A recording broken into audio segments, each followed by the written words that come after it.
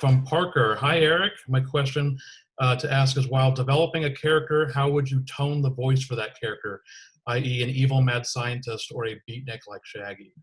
Well, what about both? What if Shaggy was what if I were an evil mad scientist? Like, hand me that beaker, Scoob. Yeah, but it's evil. Yeah, Well, we're not evil, Shaggy. like I'm evil today.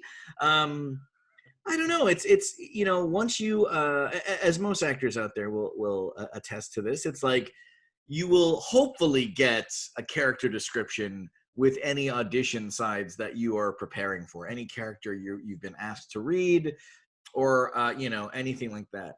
And then you might get the unlucky situation of not having any of that. Like, here's 5 lines of random dialogue that don't hook up to anything. Use your imagination and fill in the blanks. Wow. It's like you wish that it would come with a full script. Sometimes they do. Sometimes they give you that full script that has like the scene explanation. Use all that information in there to give yourself even proximity. Are you talking from a mountaintop, or is the person that you're talking to in the scene right next to you?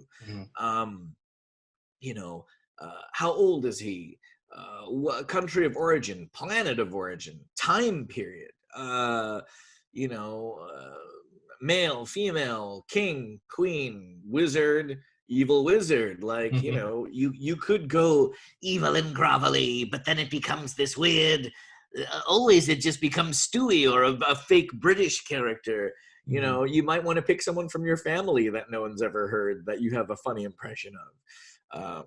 Or an impression of someone that's spot on. Like for instance, if that evil scientist with Matthew McConaughey, what about that? All right. I've never seen him as a mad scientist, but man, he's been doing a lot of space dust. You know what I mean? But it could be anything, or it could be an impression of someone that's awful. That an impression of someone you can't do that becomes an original character. I hear that's how a lot of Simpsons voices. Oh they're yeah, just bad. Hank A lot of Simpsons Azaria. voices are just bad impressions of celebrities. But that's amazing because they've become iconic characters, right? They become so familiar to us that you could just say a name from The Simpsons and you just break right into an impression of that. But yeah, always work on your impressions of celebrities and stuff. But it's like the money is where, and the creativity. It's like, sure, I could go on and on about like being like, hey, I'm the 6th person to voice Bugs Bunny. That's great, but like, you want to be the guy that voiced the first SpongeBob. You know what I mean? Like, that's the dream, right? It's like Tom Kenny's like, he's so good at like, he's also a great voice matcher when it comes to impressions. He's got a good ear for that. But I mean, the dream is to create those characters. Arguably, I always say Jeff Bergman is like, vocal cord for vocal cord, the best follow-up to Mel Blanc. He's able to match every one of those characters, including like Elmer Fudd, which was not a Mel Blanc character. And then you look at someone like Billy West, who also voice matches Mel Blanc characters, but for me, he's more like Mel Blanc in a sense that he created a whole bunch of original characters like Mel. I mean, if you look at Futurama, that's like a one-man show. Just like Mel Blanc was on Looney Tunes, like he created Fry and Farnsworth and Zoidberg and like, Zaf Brannigan, all these amazing characters on that show. And that to me, like it was on the Bugs Bunny 80th panel that I never got to say that fact, that he was more like Mel Blanc in a sense that Billy creates original characters.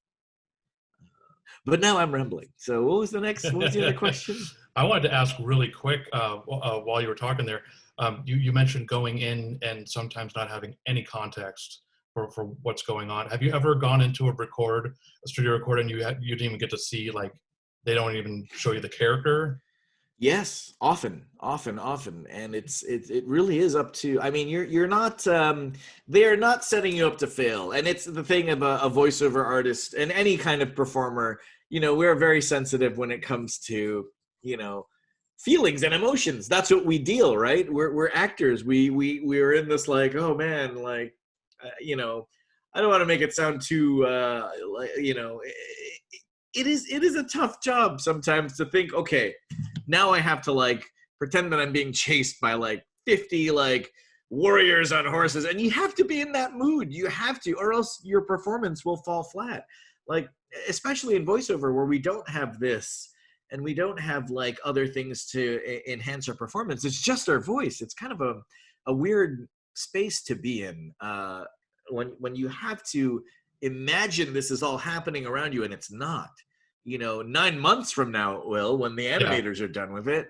But right then and there, when they're looking for the most inspiration from you, you are in a vulnerable spot. So when a note comes at you, it's like, it's hard to kind of like take that note and not feel, offended by it, or like, oh, they don't like what I did, then they must not like me. But it's not that. It's, you go in there, it's very professional. You are hoping that the writers are there, usually they are. Then you have the showrunner and then the animation director and the voiceover director, all there trying to help you, the actor, trying to carve out this performance that will hopefully live on for 8 seasons and more. Who knows? But yeah, sometimes there's just nothing there. And then you as a team have to kind of go, okay, what type of person is this character? Like how is he in relation? Is there a twist at the end? How does he change? And like, where does he start? Like, where are we entering in the story where this character is at? So all these like things there have been definitely talked about for sure before you even enter the room. So there is some kind of idea, but it's up to you as the actor to bring that X factor in, that mysterious chemical X, that they don't know. And they're like, oh my God, this character has just popped into life because not just you, but like the feedback we're all giving each other. So, it's rare where you're in a situation as an actor that there is zero information, but at least by the time you get to the booth, everything should be there, at least on paper, so that when you read it and you do it a couple times, like, they know it takes time. They're not expecting you to just like this character just pops out like magically. Like, even when we worked together on Scoops, it was kind of like this like back and forth between, should it be exactly like the source material that we're basing it off of, or should it veer off? And it eventually does. Like even Homer Simpson, started out as a Walter Matthau impression that later just became this dumb idiot that everyone loves and wouldn't have it the other way. You know what I mean? It's like, you cannot say the word Homer Simpson and not hear that dumb voice that comes out of his mouth. Boy, it's been a long time since I've done this voice. From Elizabeth, how do actors emote through voiceovers? What does it feel like? Well, it's basically the same as like on-camera acting. It's just like, but it is, again, it's super concentrated in just the voice alone. Like being able to sound angry and upset and then like really hurt. Like how could you do that to me? Or like, oh, what you got in the bag, Doc? Like just being like, going back to that. Or, boy, I'm sick of this rabbit taking the spotlight. What about me? What about Greedy Daffy? Woohoo! Yeah. Like there's so much emotion in just, I guess, the last 10 seconds that I did, that's just how it is. It just has to sound good. It's got to be believable. And do you have any vocal exercise routines that you do? I've been drinking a dairy smoothie for like the last hour and a half. You think that I would have any good advice on that? Zero. I'm the worst when it comes to taking care of my boys. Nothing but cow pus in there. You have good taste in glassware, though. Yeah, I do. It's a vintage. I found it in a dumpster. From Charlene, how do you learn an accent? Like an accent you're not familiar with, but you have to do it for a character. Oh, well, Eliza Jane Schneider, again, I had mentioned her earlier. She did this like crazy project / documentary, at least within the US. And I think she went around the world of how she kind of like interviewed a bunch of people just to get dialects in and kind of like study them. And, there's a lot of websites out there. I think if you just type in accents in Google, like vocal accents. There's this one that is like from a university, and it's they read this one passage. It's the same passage of this book, and it was everywhere around the world. It was like Japan, and then specific to a town, specific to a man or a woman, 65-year-old, 35-year-old, 12-year-old reading this passage. And it's like, oh my God, you could really listen to that accent. And I mean, it's not for everyone. It's really hard to do. And it's been a while since I've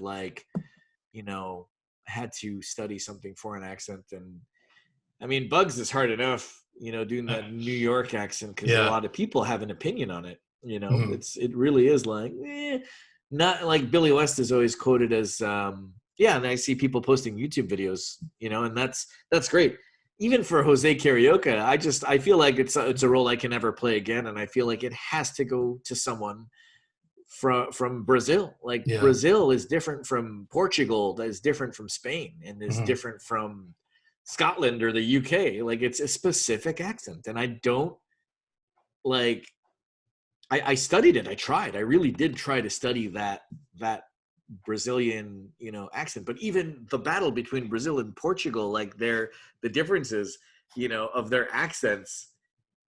It's funny to watch videos of them versus each other, because they even have an opinion. It's like, how you're saying it is not how I am saying it. Interesting. I just feel like you got to go authentic when it comes to someone that was authentically, from Brazil. Next question from our friend Hollywood Steve. Hey, Stevie in the chat. Are there any specific techniques or exercises you do in order to master particular cartoon type vocal sounds? Man, oh man, that's a good question. Hey, That's like, Steve. again, for me, studying Mel Blanc. Also, if I'm doing voice matches, there was one. Again, it always comes back to Titmouse Animation. They've been on top of it. We did a show called Turbo Fast. It was the Netflix's first original series, and based off a DreamWorks movie. And it starred Ryan Reynolds as this snail that really wanted to go fast and be like a NASCAR racer. And there was his brother, played by Paul Giamatti, Chet, who was the safety snail. And I remember, looking through those auditions, and I was like, oh my God, good luck to the poor loser who books that Paul Giamatti role. Because it's like, how do you imitate Paul Giamatti? And then I was like, but wait, there is a voice. I mean, he has such a iconic sounding voice, and the way he acts. And of course, the first thing I did was rewatch Howard Stern's Private Parts, because he plays the boss. Look at this guy, Robin. He looks like a pig and makes me want to vomit, right? We should call him Pig Vomit. And so I started studying the way Paul Giamatti talks, and I would watch him in interviews, and the way Paul Giamatti speaks in his interviews is very low. He has a very, very low and, but when he's in movies, he's very hyper, like, you can't, you've ruined the sanctity of my home, like, Howard Stern is the Antichrist. I always think about like how he talks. He looks like he's trying to lick peanut butter off his shoulders, like he's trying to eat peanut butter off his own neck. Like the way he talks and the physicality kind of looks like that. I don't know. I'm sure he'd kick my ass if he saw me in person. But that is kind of like the way, I don't know. Just, and also for Puss in Boots, Antonio Banderas. I always use that example. It's like, he has a very clearly he has an accent, right? Like of Spanish descent. I come from a household of I'm Filipino in descent. So my parents immigrated from the Philippines and ended up in Canada, of all places. I guess they were so sick of the tropical weather, they wanted to know what it was like to shovel a driveway that had snow on it. So strange. Froze my ass off many, many times. That's why I live in California. But I watched almost all of Antonio Banderas' interviews and his performances. I stumbled upon this weird behind the clearly he knew a camera was there. There was a behind the scenes YouTube video of Antonio Banderas just barreling through 3 takes Wow. per line, Puss in Boots dialogue. And it was like, this is a gold mine. And what's funny about doing an Antonio Banderas impression, he's not doing the Spanish voice. It is how he inflects his words, the way he is speaking, like the way my parents would talk to me when I would visit Canada. I would go home and my mom would be like, Eric, you have to go visit your grandmother in the cemetery. And I'm like, the cemetery? And she's like, that's right, the cemetery. So the way, like, someone with an accent, you know, you have to interpret, like, or even guess, or even, like, think how he would say this, because he's not going to say it like normal. He's going to say it normal to him, right? And what an accent does is throw you for a loop. You know, you're kind of just like, my mission every time I was in there for Puss in Boots was not, I was like looking at paper and try to like throw the other actors and the writers off in my inflection or the way that thing was going to go. And if I could get a laugh out of them, if I could see this from the other side of the glass, you know, like them cracking up, then I knew I was doing my job right.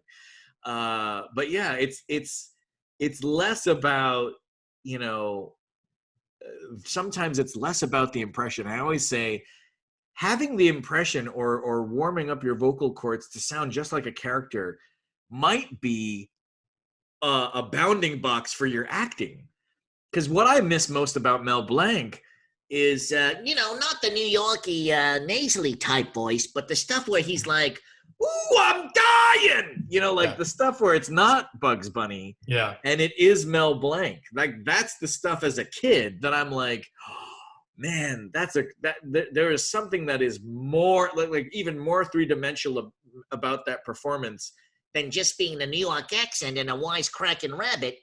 He sometimes loses his cool. Ooh, an amusement park, you know, like that stuff that is like, that is just Mel Blanc. So if there's anything I could leave behind with Bugs is that unhinged energy that Mel Blanc did. Because if you listen to those voices, he sounds like a human bagpipe, like he's bursting at the seams. And can you imagine being in the 1940s performing those voices? Like, hi, I'm Mel Blanc. I showed up for work wearing a 3-piece wool suit, and I'm going to drink my whiskey. It's 11 a.m., and I'm going to smoke an unfiltered cigarette inside. You know, like, holy crap. Like he was doing that, like, in the 40s. Oh, gosh. Anyways, I'm just rambling. What's in this movie? I love Mel Blanc so much. That story that he's told on David Letterman about how he came up with the voice of Porky Pig. Oh, yeah. It's like, I went to Warner Brothers and they showed me a picture of this pig. Yeah. Said, can you come up with a voice for this pig? So they said, okay, well, go ahead. You have a couple of days to do it. So I went out to the countryside and I wallowed around in the mud with a bunch of pigs. I came back and they said, go home and take a bath. So I did that. And I came back and I said, if a pig could talk, he'd talk with a grunt. Like, oink, oink, oink, oink. that's all, folks.